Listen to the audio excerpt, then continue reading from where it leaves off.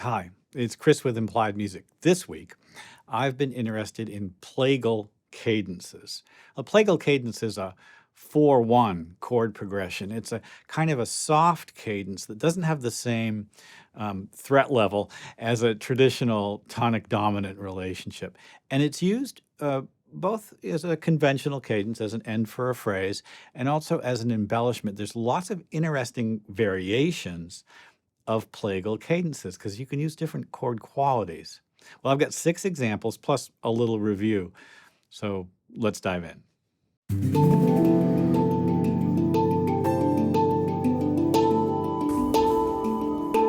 So Plagal cadence is super useful. Pianists use them as embellishments. Rock guitarists, I'm thinking of Keith Richards, I'm thinking of you, Keith. I know you watch the channel. Use them as kind of embellishments and also as progressions as well. And if you look up on the screen here, you'll see, let's do a little review. You'll see the sort of world that we're living in. So a 1 chord C, 2, 3, 4. Now I'm on F. And here's my F chord with a C in the bass. And this is a great sound just by itself. There's a C, F, and A. And when the 4 chord F falls back down to C, that's the Amen cadence, right? It's also the Plagal cadence. But any chord that has a subdominant function or sort of use in harmony can be kind of leveraged that way. For instance, the D minor chord also has a kind of a plagal sound, doesn't it? It's a kind of a lovely effect. D minor 7 really because of the C in the bass. And then we just have to say it, the 4 chord could be minor. Well, that minor 4 chord's awful pretty. Someone pointed out to me this morning that there's a thing called a plagal sigh. 4, minor 4, 1. This is a beautiful sound. Now, if you're in a minor key, like, C, that 1 chord, that minor 1 chord could have a minor 4 as well, but very often we get a Dorian quality. And I love this sound where you have minor 1 to 4, 7. And that's a dominant chord, F7, back to C minor. This is a very Latin sound. Well, the relationships between the 1 chord and the 4 chord are obviously just 4 steps going up. But if I went down from C, that's 5 steps. And really, C7 is the 5 of F, isn't it? And what that means for us is this is a version of the circle of fifths. It's just progressing, instead of progressing counterclockwise back home, towards the home base, so to speak. It's progressing clockwise. And when you do that, you get, as Harry pointed out, my buddy Harry says, the harmonic highway runs 2 directions. So you can get this thing called a Plagal cascade or Plagal chain, where F goes to C, C goes to G, G goes to D. Right, this is a really strong sound.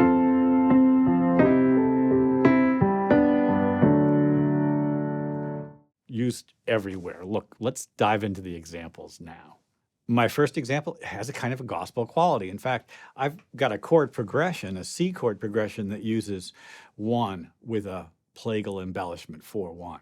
And then the 4 chord, and it's got a Plagal embellishment, and this time the 4 of 4, so to speak. It's a great sound, and you'll see what I mean. So there's my basic vibe. A little sort of figure in the bass just to kind of propel us forward. This is all on C, F to C. And now I'm gonna use G minor to F as a Plagal to F, and then back home again. I'm going to the 5 chord. C goes to G. G minor goes to F. F goes to C. Great little sound. And then just to repeat it and finish off, deceptive cadence to A minor, and then home again. actually think that's a useful chord progression just as it stands, and I wouldn't hesitate to write a melody over that, maybe top line, have a good time with it. Well, I have a sort of a Plagal cascade progression. It's kind of a pop progression next. Let's take a look at it. Well, this progression is, like I said, a sort of a Plagal cascade.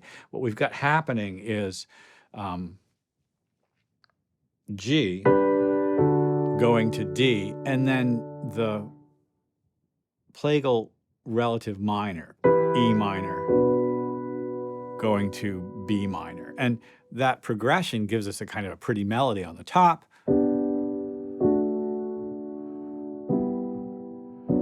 And then I'll add an actual melody on the top of that.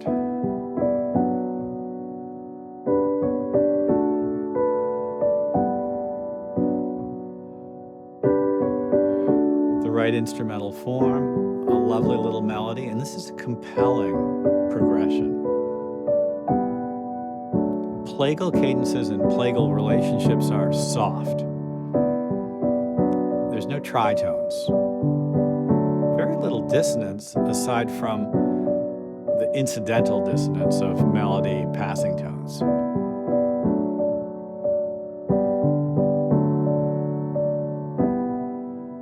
You know, I'm a sucker for pedal tones, so I just finished that with just a repeated D on the top. Let's go on to the next example. Well, here it's lifted directly out of the Santana playbook, that Oye Como Va thing. I love that Dorian relationship. So in this case, we're going to be in the key of B minor. So B minor 7 and E7 is the relationship. And you get a sort of a propulsive Latin inflected quality. These are our two chords.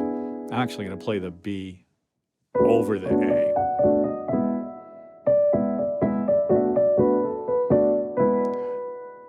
The pentatonic scale, the minor pentatonic scale, works beautifully with these chords.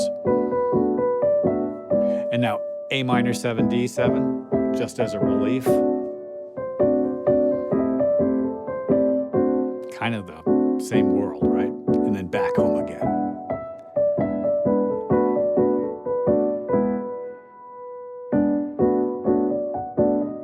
Plagal cadences have a kind of a gospel-y quality, a churchy quality, for maybe want of a better word, but they also get used in funk all the time, right?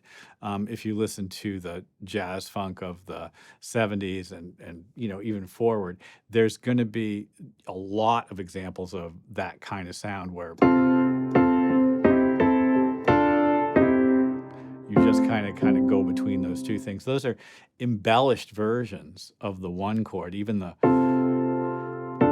two chord is really just thought of as an embellishment of one. If I'm playing gospel organ, I'm thinking of all that as C. Right? It's all just embellishment to that one chord. I also love it because of its soft quality for the kind of ambient music that I really enjoy. So I've got here an example of kind of a very pretty sort of spiky arpeggio, a B-flat arpeggio, with the 4 and the 1 chord interlocked in within it. So let's listen to how that works. This is actually just kind of lovely, I think. So that left-hand figure has a 9th and a major 7. And now the 4 and the 1 chords just kind of weave in and out. Same chords, just inverted a bit.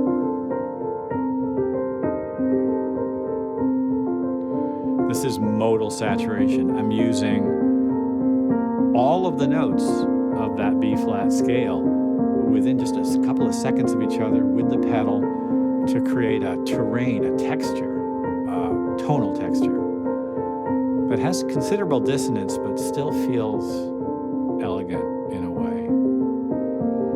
Cinematic as well.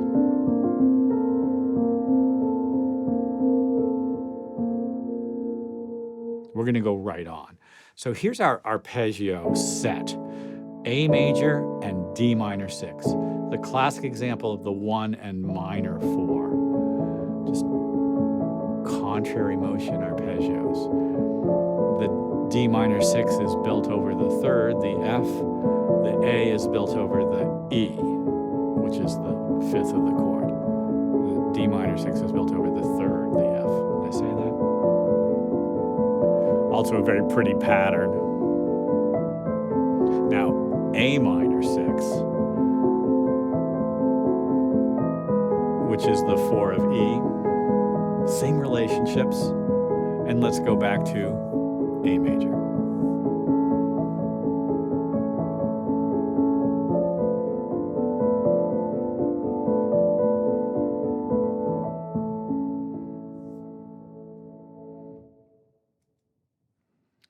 Well, we've got one more.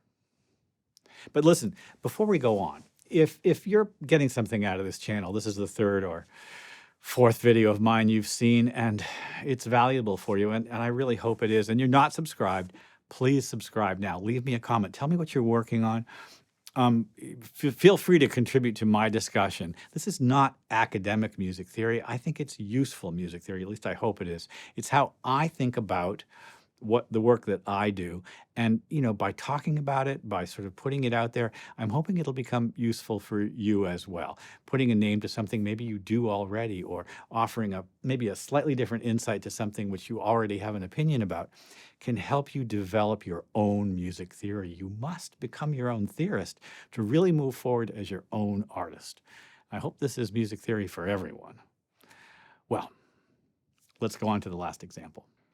All right, this is something I do a ton. I just think of the 4 chord in this example as an embellishment, where you just go, let's be in D, because that's the example. I'm in D, this 4 chord G. When I do that, it's just an embellishment to the D chord. Same thing with F and C, and just kind of sounds like kind of rocky, right, for me, right? There's this D, and then there's the C. Away we go. The flat 7 always sounds good in this context.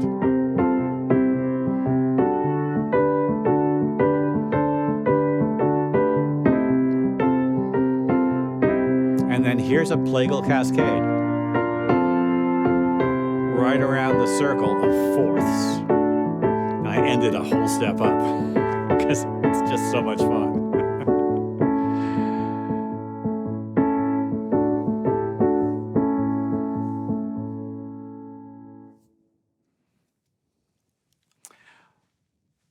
It's not just the Amen cadence, right? And I don't want to talk about the other kinds of cadences out there today, but there's a number of different kinds of cadences.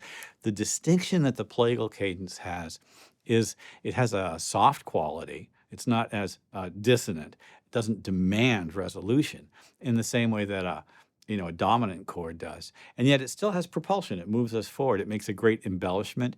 It also makes a great kind of like gentle push towards the home base. Yeah. Look, I hope it's been useful to take a look at these things, and hit that subscribe button, like the video, leave me a comment. I want to know what's going on with you guys, and I'll see you next time.